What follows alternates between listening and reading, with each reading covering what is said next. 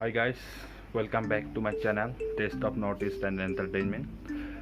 আজি সৰু simple recipe এটা আপোনালোকলৈ লৈ আহিলোঁ। আলুৰ ৰেচিপি এটা সহজতে বনাব পৰা এটা ৰেচিপি আপোনালোকৰ লগত শ্বেয়াৰ কৰোঁ বুলি ভাবিলোঁ। বলক তেনেহ'লে ভিডিঅ'টো আৰম্ভ কৰোঁ। আলুৰ ৰেচিপিটো বনাবলৈ এয়া অলপ আলু কাটি লৈছোঁ, বইল কৰি ল'লোঁ। কাটি লৈ অলপ পাঁচফোৰণ, ক'লা জিৰা, হালধি, নিমখ, জিৰা পাউডাৰ, ধনিয়া পাউডাৰ, এইটো আদা নহৰু পেষ্ট আৰু এটা সৰু পিঁয়াজ কাটি ল'লোঁ।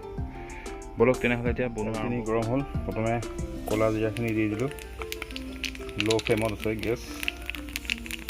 অলপমান পাঁচফোৰণ দিলোঁ। এইখিনি অলপ ফুটাৰ পিছতেই পিঁয়াজখিনি দি দিলোঁ। পিঁয়াজখিনি অকণমান ৰঙচুৱা হোৱালৈকে ভাজিব লাগিব।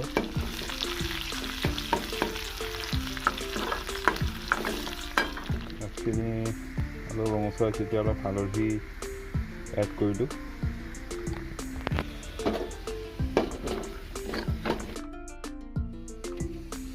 আদা নহৰু পেষ্ট আৰু ধনিয়া পাউডাৰ, জিৰা পাউডাৰখিনি দি কিছু সময়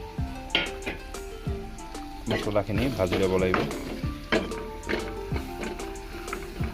মছলাখিনি ভজা হৈ গৈছে, এতিয়া বইল আলুখিনি ইয়াত দি দিম। দি এইখিনি ভালদৰে মিক্স কৰি ল'ব। এনেকৈ নিমখ দিব, নিমখ দি অলপ সময় ফ্ৰাই কৰিব।